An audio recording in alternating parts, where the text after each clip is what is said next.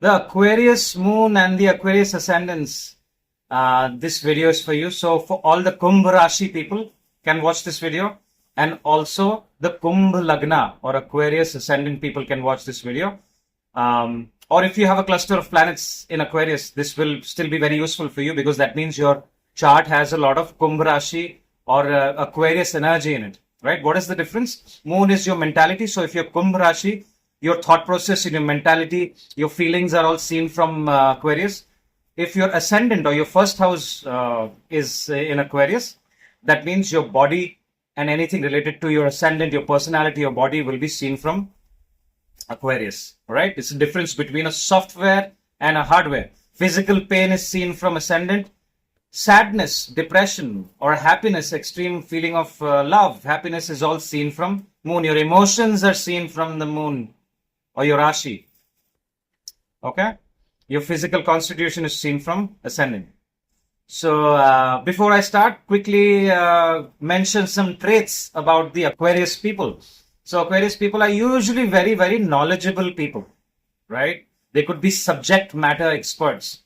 They could have very deep knowledge about not only their industry or where their career is, but also about lots of other different things, whichever they have interest in. So extremely knowledgeable people are seen with Aquarius energy, right? Researchers, scientists, activists, right, can be all seen from there.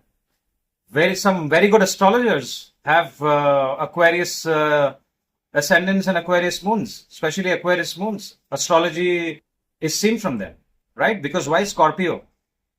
The knowledge of the unknown is seen from their 10th house, their career. One of the things that life shows to them is the Scorpio energy that they are supposed to do in their life. That is why their 10th house is seen from there. Okay? They could have multiple degrees. They could be PhDs. They could be lecturers. They could be in the education industry. They could be very, very well-known and successful doctors as well. Because you need any kind of profession where in-depth knowledge and there should be no scope of error. This is what is seen. Even stable, for a surgeon, you need stability of hands. Kumbh Rashi, stable shows the stability of your hands. All right. So I've seen a few charts of doctors and surgeons, especially with Mars in their first house.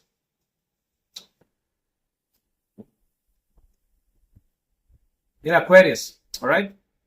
So let's see what the transit has to offer. So firstly, Kumbh Rashi people or the Aquarius moon, you just entered your third phase of Sade Sati. I know some of you have had some severe emotional and financial losses in the last 5 years. And I truly wish you all the best so that the next 2.5 years of Sade Sati will bring you positive results. Usually the last phase or the third phase of Sade Sati is good. So you must align yourself to the energy of Saturn in your chart, especially if your Saturn is not very well placed in your natal chart and in the divisional charts. If you align yourself to Saturn, you will get good results. So people, I've spoken to some people who have reached the peak of their career in the last 2.5 years. And they have done really well in their fields and made a lot of money because they are very systematic, organized, and disciplined. All right, they have not given up and they have been relentless. They have made great effort in their business and their professions, and they have done really well. Okay, so this whole cluster is happening in your second house. What is your second house? Second house is your savings, your money, one of your main money houses.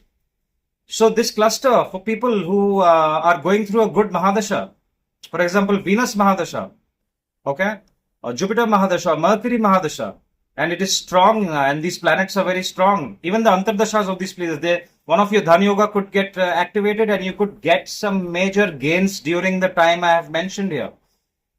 Okay, so especially business owners and people who are looking to get that job, it could all happen. All right. So I have more good news for you all.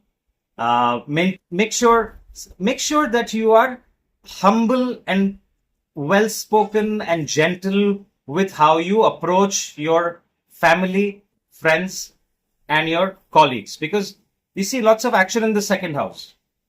Okay, and planets like Rahu in the second house and even Saturn to some extent can make a person a bit harsh at times.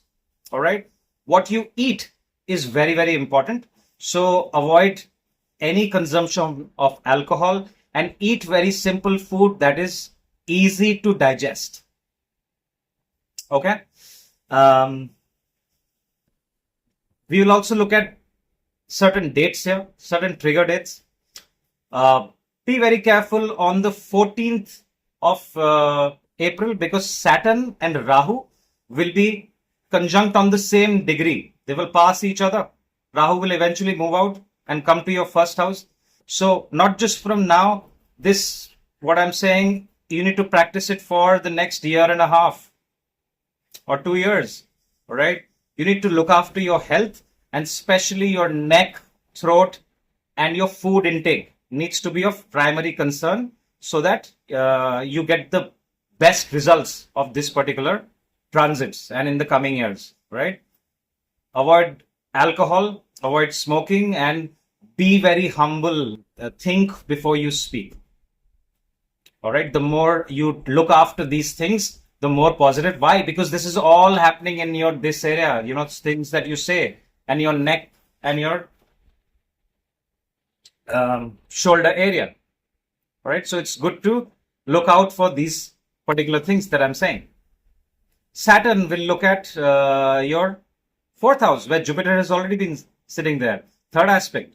So again, you cannot make any mistakes with any property or your vehicle. People who are planning to buy property, buy vehicles, be very careful when you're signing documents, especially the first week of April, right? Any document signing, wait for Mercury to go directional. Till Mercury is retrograde, do not sign any documents or sell your property, right? There could be some kind of a problem or delay. There could be delay as well. After Jupiter transits out, after these dates, after mid of May, it's very, very good for you. Lots of gains monetarily. All the things that were, especially money-wise, the things that you were waiting on will start opening up, because Jupiter will transit out and go to your fifth house and form a very, very powerful yoga that will give you lots of gains, especially business owners, especially the ones who are into social media, the ones that are depending on their communication and network circle, and especially where you're into any industry where you're getting money or your business is dependent on the masses. People who are into education industry and they're teaching people on social media, you have an online school, they will do fantastic. Relationship wise, after 14th April to 15th May, your seventh house gets exalted in the third house, which is fantastic. You can plan a short distance trip with your spouse, your partner, your boyfriend, or your girlfriend, and that will give you very, very good results. It will, it will give you very positive results, and your luck will open up. Right, so it's a good thing. So if you're planning a trip, plan it during 14th April to 14th May. Okay. Be careful with the in-laws. Do not get into any speculated trading cryptos, or trading or gambling, or anything that you're looking to make quick money, especially if your Rahu and Mercury are not well placed in the chart. And even look at the moon. The ones who are into trading currencies and cryptos, if your Rahu, Mercury, and Moon are very, very well placed in the chart, you can take a very, very thought of decision, and if you are sure, I understand trading to some extent.